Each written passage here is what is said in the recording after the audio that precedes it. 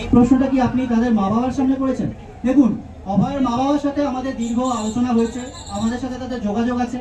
যদি তাদের কোনো প্রয়োজন হয় তারা অবশ্যই আমাদের জানাবেন। এবং যে সাধারণ মানুষেরা আমাদেরকে এই টাকা তহবিলে দিয়েছেন, আমাদের কাছে হিসেব রয়েছে। আমরা এর আগে বারবার বলেছি, নতুন করে বলার কিছু নেই। আমরা এই কথা বারবার বলেছি যে এই টাকার হিসেব আমরা প্রয়োজনে অডিট হলে দেবো, কিন্তু কাকে দেবো? ফিনান্সিয়াল ইয়ার আমরা অডিট করে দেবো। এই কথাগুলো এই যে ট্রেড সিন্ডিকেটের পান্ডারা বলছে, তাদের জন্য আমরা কোনো টাকার হিসেব দেবো না। সাধারণ মানুষ যদি এই টাকার হিসেব চান, অবশ্যই আমাদের কাছে হিসেব রয়েছে।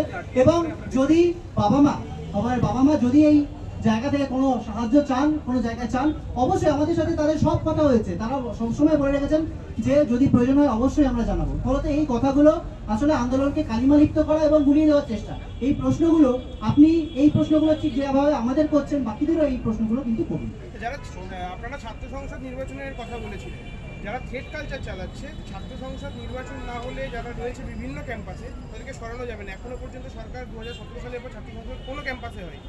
কি বলবেন এই বিষয়ে? দেখুন, আমাদের তো সেই জায়গা থেকে দাবি ছিল যে এই যে প্রত্যেকটা হাসপাতালে, প্রত্যেকটা কলেজ ক্যাম্পাসে এই যে ভয়ের রাজনীতি গড়ে উঠছে, যার আলটিমেট, যার মানে কি বলবো, চূড়ান্ত পরিণতি আমাদের অভয়ের মতো ঘটনা, সেই ঘটনাকে স্ট্রাকচারালি ঢুকতে গেলে প্রত্যেকটা জায়গায় গণতান্ত্রিক নির্বাচন করতে হবে। সেই জায়গা থেকেই মাননীয় মুখ্যমন্ত্রী লাইভ স্ট্রিমিংয়ে বলেছিলেন যে 2025 সালে মার্চ মাসে নাকি অন্তত আরটি ইলেকশন উনি করবেন না, বলেছিলেন অন্তত ছাত্র সংসদ নির্বাচন হবে। কিন্তু এই ভয়ের রাজনীতির পান্ডারা যদি সেখানে উৎখাত না করা যায়, তারা যদি আবার সেই নির্বাচন প্রক্রিয়াকে কি বলবো প্রভাবিত করতে চেষ্টা করেন, সেটা দেখতে হবে। আমাদের প্রত্যেকটা কলেজ ক্যাম্পাসে প্রতিরোধ গড়ে তুলতে হবে।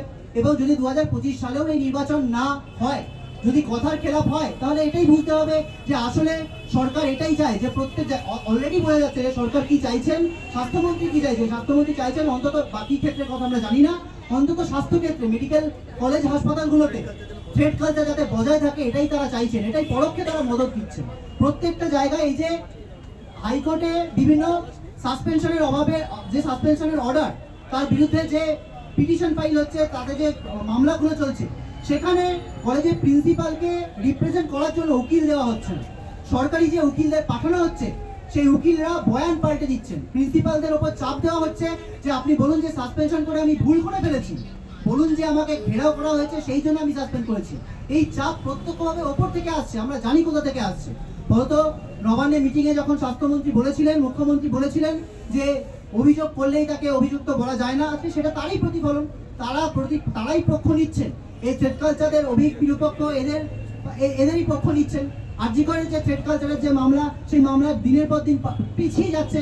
তার কারণ তারা জানে যে এই ক্ষেত্রে প্রমাণ অনেকটা বেশি রয়েছে, সেই জায়গা থেকে বারবার পিছিয়ে দেওয়া হচ্ছে।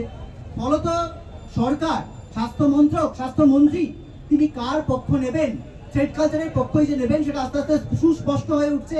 এর বিরুদ্ধে কিন্তু আমাদের লড়াই জারি থাকবে রাজপথে, লড়াই জারি থাকবে আদালতে, লড়াই জারি থাকবে আমাদের বিভিন্ন কর্মসূচির মাধ্যমে।